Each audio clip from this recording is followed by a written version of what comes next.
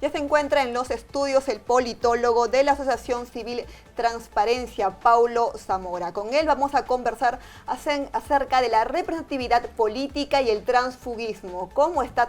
Sea bienvenido a JN Noticias. Hola, Lizeth. Muchas gracias por la invitación. Gracias a usted por estar el día de hoy aquí con nosotros. Quería conversar sobre este tema porque nos llama la atención que en el Congreso se inició con 9 bancadas y hasta la fecha tenemos 12. Se han incrementado estas bancadas. ¿Por qué sucede esto? Y son 12 bancadas parlamentarias más la fila de no agrupados, que luego vamos a conversar de eso, que en la actualidad, digamos, son como una especie de segunda fuerza política en el Congreso. Claro, y justamente para explicarlo a mayor detalle y que el televidente nos pueda entender, tenemos gráficos. Si podremos mostrar, por favor, el primer gráfico del 2021. Y ahí están las 9 bancadas con las que se inició.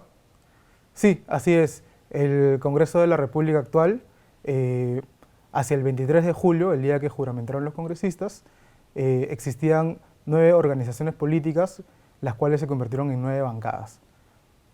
¿Y por qué ha sucedido esto? Que como te estaba diciendo en lo anterior, ¿no? En el segundo gráfico, si lo podríamos poner por favor, que es el 2023, tenemos ahí 12 bancadas. Sí, ¿no? luego de 2 años, este gráfico, si bien está el 31 de agosto, hace unas semanas hubo un último pleno del Congreso y se mantiene todavía las 12 bancadas parlamentarias, más la fila de los no agrupados. Esta fragmentación parlamentaria en realidad se debe a varios factores, a varios y diversos factores, ¿no? Uno, el que yo creo que posiblemente sea uno de los más relevantes, tiene que ver con los desacuerdos ideológicos o programáticos que hay en las bancadas parlamentarias. Es decir, los congresistas no están de acuerdo con las ideas, con las agendas programáticas que vienen de repente desde la cúpula política de tales organizaciones políticas, y esto genera de que haya desacuerdos con los propios principios de los congresistas y busquen una afiliación mucho más cercana a, como dije, a sus principios. Ahora, estas bancadas han sido conformadas en el mismo Parlamento, ¿no? Y justamente el día que se juramentó también se formó una bancada. Sí, exactamente. El día que se juramentó se formó la bancada Partido Morado Somos Perú. Esto porque uno de estos partidos tan solo tenía 3 congresistas, me refiero al Partido Morado.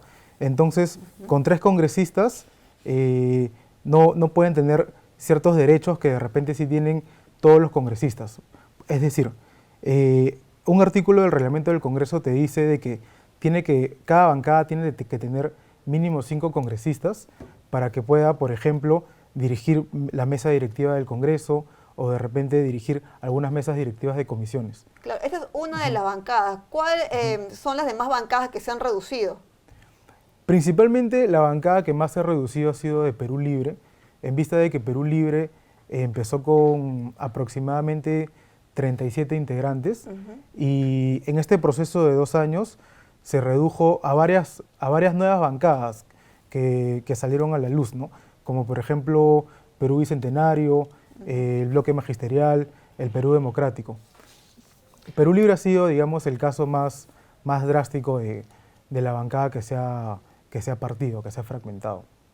Ahora, también nos llama la atención la manera que ellos representan a los ciudadanos, porque finalmente son ellos quienes lo han elegido, ¿no? ¿Por qué crees que hay esta baja representatividad, ¿no? De repente no se sienten identificados, o también otros especialistas señalan que porque no hay reelección es que no pueden hacer una carrera política.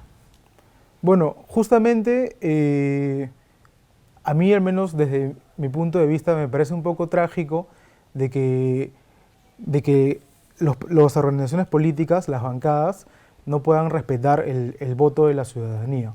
Es decir, la ciudadanía vota por distintos congresistas y por distintas organizaciones políticas para que los representen por 5 años, pero ¿qué sucede en el Congreso? Que luego va viendo esta fragmentación que estamos conversando, y entonces la ciudadanía, la gran pregunta es, ¿quién nos representa, ¿no? ¿Quién nos representa si Claro. Si el voto inicial que hice ya se está partiendo, ya se está yendo hacia otras organizaciones políticas. ¿Hay un riesgo que pase esto de que se cambien de una bancada u otra, ¿no? Significa, si lo llamaríamos así, tránsfuga, ¿cierto, no? Cambiarse de una bancada a otra.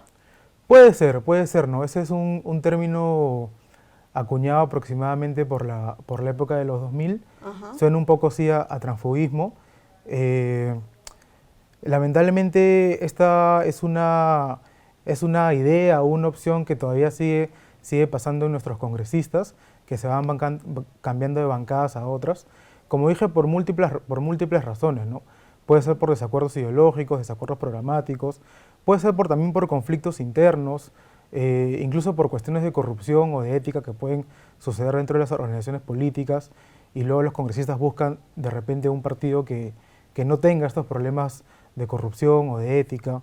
Claro, y ahí justamente vienen los no agrupados, ¿no? Lo que últimamente estamos viendo en nuestro Parlamento es más congresistas no agrupados. Exactamente. A la fecha, los no agrupados, o según nuestro último gráfico que hicimos en Transparencia, los no agrupados son la segunda fuerza, es decir, son 17 congresistas, pero esto no, como mencioné, implica de que ellos no puedan tener algunos derechos que los congresistas que sí pertenecen a algunas bancadas tienen, principalmente el de dirigir mesas directivas. Ahora, esta medida se puede evitar, ¿no? ¿Podemos evitar este panorama? Justamente hace unos meses la Comisión de Constitución ha sacado adelante un proyecto de ley pero ya se va a ejecutar a partir del siguiente Congreso, para que los congresistas que se cambien de bancada vayan a los no agrupados, pero que esto no implique que de los no agrupados pasen a otras bancadas. Es decir, congresista que se cambia de bancada, lamentablemente se va a quedar en la bancada, en los grupos de los no agrupados. Ahora, ¿es una ventaja, una desventaja tener más bancadas? Como repito, se inició con 9, ahora tenemos 12. Por ponerte un ejemplo, ¿no? En otros países, como por ejemplo Estados Unidos, hay 2, ¿no? Entonces, ¿por qué acá tenemos 12? Más todavía, ¿es ventaja, desventaja? ¿Cómo lo ves? Bueno, el Congreso peruano, en realidad la política peruana es multipartidista. Al menos el tema de la fragmentación parlamentaria, yo solo lo considero una desventaja, en vista de que en la actualidad tenemos 12 bancadas que están compitiendo, ya que esto no permite, por ejemplo, de que se generen alianzas estables para sacar a la luz proyectos de ley, por ejemplo. Todo lo contrario, cada bancada, cada grupo parlamentario tiene una opinión distinta de diferentes proyectos de ley, y esto genera, por ejemplo, de que se puedan estancar muchos proyectos de ley. Bien, muchísimas gracias por habernos acompañado y explicado un poco más con respecto a este tema. Te agradezco por el día de hoy. A ustedes, muchas gracias. Bien, hemos nosotros conversado con el politólogo de la Asociación Civil Transparencia, Paulo Zamora. A esta hora de la mañana es momento de ir a una breve pausa y retornamos con más información aquí en JN Noticias.